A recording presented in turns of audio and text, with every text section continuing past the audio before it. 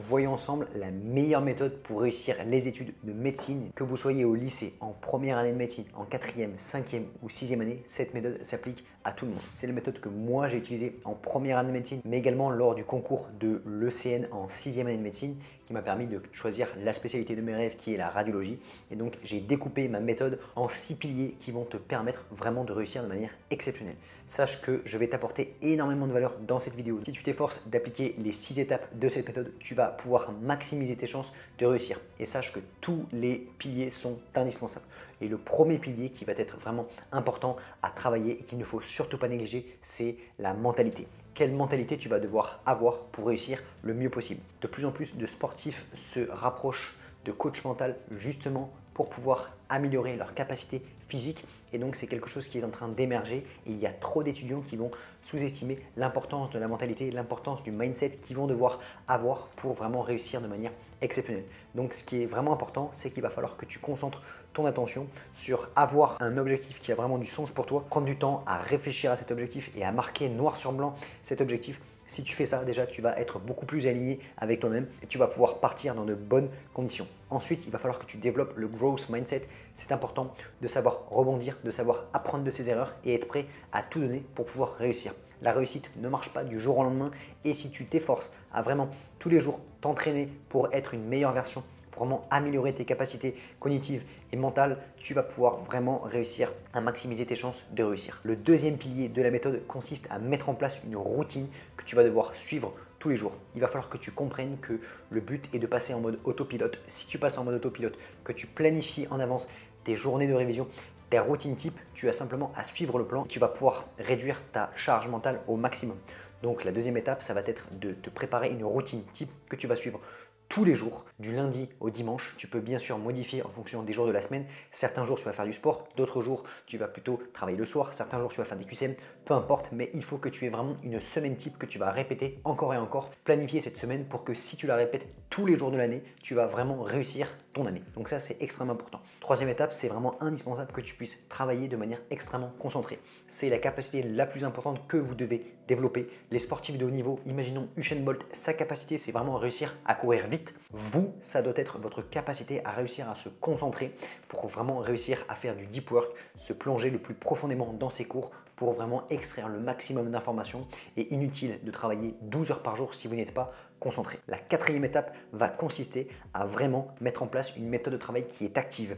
Donc pour travailler de manière active, il va falloir que tu maximises ta compréhension, il va falloir que tu fasses des QCM régulièrement pour t'entraîner à ce qui va tomber le jour du concours et également que tu prennes des notes sous forme de questions-réponses. Inutile de relire simplement tes cours avec des surligneurs. C'est une méthode extrêmement peu efficace pour pouvoir retenir ces cours car tu vas simplement lire, te faire bonne conscience en disant oui, ça je me rappelle, alors que ton cerveau ne fonctionne pas comme ça. Et le troisième pilier d'une méthode de travail active, il va falloir que tu revoies tes cours à intervalles réguliers plusieurs fois. Tu ne peux pas espérer retenir tes cours si tu ne les vois qu'une fois ou deux. Il va falloir que tu mettes en place une méthodologie, une stratégie pour les voir au moins 5, 6, 7 fois chacun avant tes examens. Ensuite, la cinquième étape va être la gestion du stress. Il est important de mettre en place des éléments qui vont te permettre de gérer ton stress. Donc par exemple, faire du sport pour pouvoir un petit peu éliminer et sortir ce stress de ton corps, faire un petit peu de méditation si tu le veux, etc., etc. Donc tu as plusieurs méthodes pour pouvoir gérer ton stress, mais c'est important que tu puisses gérer ton stress. Et dans ce cinquième pilier, je mets également l'accountability. L'accountability, c'est avoir de la responsabilité envers soi-même, c'est-à-dire avoir des objectifs quotidiens, remplir des petites fiches faciles à remplir et extrêmement efficaces pour que tu puisses te rendre des comptes chaque jour, chaque semaine, chaque mois. Et lorsque tu fais ça, lorsque tu as un engagement envers toi-même et que tu es ton propre coach, que tu réussis à faire ça, tu vas pouvoir vraiment maximiser tes chances de réussir. Et la dernière étape de la méthode, c'est de vraiment se préparer spécifiquement au concours, c'est-à-dire de savoir aborder le jour du concours, donc faire le plus de concours blancs possible, s'entraîner à faire des annales en mode concours et également de préparer toutes ses affaires pour le jour du concours, pour réduire son stress au maximum, d'éviter de stresser. Également, l'un des conseils que j'aurais aimé recevoir avant de passer le concours, c'est de tout donner le jour du concours. Parce que je le vois et des fois ça me fait rire. Je vois par exemple des émissions télévisées dans lesquelles il y a des concours. Imaginons, la dernière fois, je me rappelle, je regardais Top Chef et la personne a l'impression d'avoir fait n'importe quoi, avoir une épreuve difficile et elle finit par lâcher. Et en fait, elle lâche pas vraiment, elle reste accrochée. Et après, au moment des résultats, les gens qui vont goûter, ils vont trouver ça exceptionnel. Et la personne, elle s'est auto-persuadée que c'était n'importe quoi. Elle s'était auto-persuadée que c'était difficile. Tout le monde était dans la difficulté et le simple simple fait de s'être accroché, le simple fait d'avoir continué, de ne pas avoir abandonné, ça lui a permis d'avoir des bons résultats. Donc vous, ça doit être la même chose au concours. Vous ne devez pas vous décourager lorsqu'il y a des questions difficiles. Au contraire, vous devez vous dire que c'est exactement pareil pour tout le monde.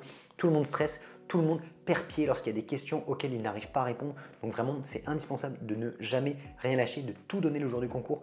Et si vous faites ça à chaque épreuve, vous allez vraiment être dans les meilleures conditions pour réussir.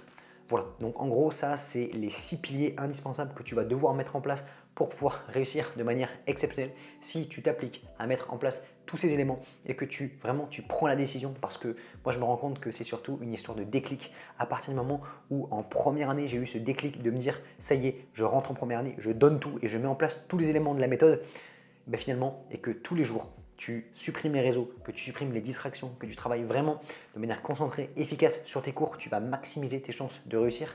Et ce que j'ai envie de te dire, c'est qu'il y a un beau côté à ça. Ça va être difficile, bien sûr. C'est un défi, c'est une montagne à passer, mais si tu passes de l'autre côté, déjà de 1, tu vas réussir tes études, tu vas passer en deuxième année de médecine, tu vas voir entre guillemets le reste de ta vie qui va être différent. Si tu as réussi à avoir la spécialité que tu veux pour le concours de l'internat, ben finalement, ça y est, tu as quasiment fait le plus dur. Et donc voilà, vraiment, ça vaut le coup de se battre, ça vaut le coup d'essayer de se dépasser parce qu'on finit par être une meilleure personne.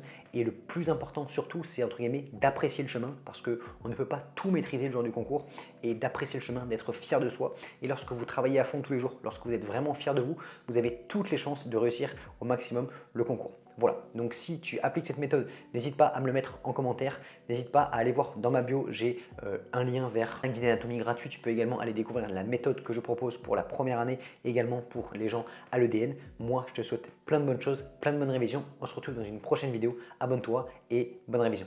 Ciao!